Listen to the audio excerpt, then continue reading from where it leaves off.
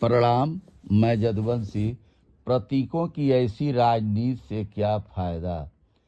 राष्ट्रगीत वंदे मातरम की 150वीं जयंती के उपलक्ष्य में लोकसभा में हुई बहस ने फिर निराश किया। अव्वल तो ऐसे प्रतीकात्मक मुद्दों से किसी का भला नहीं होने वाला, इसलिए निचले सदन को देश और देशवासियों के सामने खड़ी आज की चुनौतियों पर बहस करने में ये बेशकीमती 10 घंटे खर्च करने चाहिए थे, ताकि उनके किसी समाधान तक पहुंचा जाता। असल में हर सरकार और सत्ता यही चाल चलती है कि मौजूदा समस्या की तरफ लोगों का ध्यान न जाए, इसलिए कोई ऐसा मसला उछाल दो जो बहुसंख्यकों के मर्म को सहलाए। वंदे मातरम का मुद्दा ऐसा ही था। सरकार को राष्ट्रगीत का जश्न मनाना है और यह अच्छी बात है, तो इसके लिए सबसे मुफीद जगह स्कूल, कॉलेज और यूनिवर्सिटियां हैं, जहां आयोजित कार्यक्रमों में नई नस्लों को बताया जाता है कि देश की आज़ादी में वंदे मातरम की क्या अहमियत थी, हमारे कई पुरखे इसे गाते हुए कैसे सूली पर चढ़ गए थे। इसके इतिहास और राष्ट्रगीत के रूप में चयन के बारे में उनको बताया जाता। दुर्योग से इरादे तो कुछ और थे। राष्ट्रगीत के इस उत्सव को भी विभाजनकारी राजनीति की भेंट चढ़ा दिया गया। लोकसभा में वक्ताओं ने इस गीत के खास अंशों को चुनने या छोड़ने, इसके साथ हुई तथाकथित राजनीति पर ज़्यादा फोकस किया और इस गीत ने किस किस रूप में भारतीयों को आंदोलित किया उसे कम से कम शब्दों में समेटा।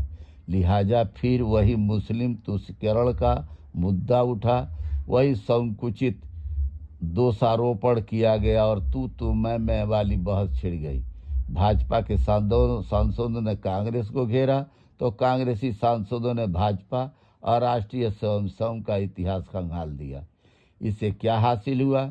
जिस राष्ट्रगीत ने आज़ादी के राष्ट्रीय आंदोलन में प्राण फूंका था, उसकी बहस एकता की बजाय सांप्रदायिक विभाजन का संदेश देकर गया। हमारे राजनीतिक वर्ग की सबसे बड़ी समस्या यह है कि वह राष्ट्रीय मुद्दों को तुच्छ राजनीति से अलग रखने की कला भूल गया है। हम भूल नहीं सकते कि विपक्ष के नेता को कैसे राष्ट्र का प्रतिनिधि बनाकर विदेश भेजने की स्वस्थ परंपरा शुरू की गई। विपक्षी नेताओं के स्वास्थ्य की चिंता सत्ता में बैठे लोग निजी तौर पर करते थे।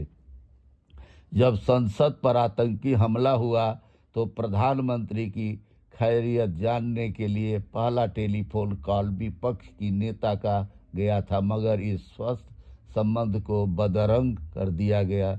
राजनीतिक वर्ग से उदारता दिन पर दिन विलोपित होती जा रही है और उसका साफ असर लोकतंत्र पर दिखने लगा है।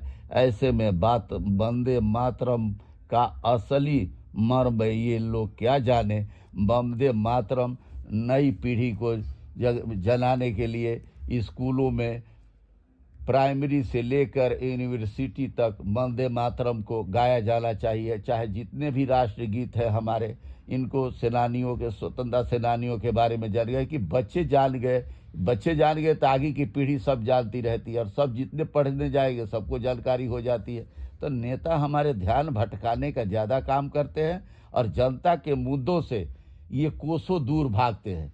जब वोट लेना होता है तो जनता के दरवाजे घूमकर उनके हाथ पैर पकड़ते हैं और जब चुनाव जीत जाते हैं तो जनता के मुद्दों से ध्यान भटका करके ऐसे मुद्दे खड़ा कर देंगे कि जिसका न सिर होगा न पैर होगा। बहुत बहुत धन्यवाद। नमस्कार, प्रणाम।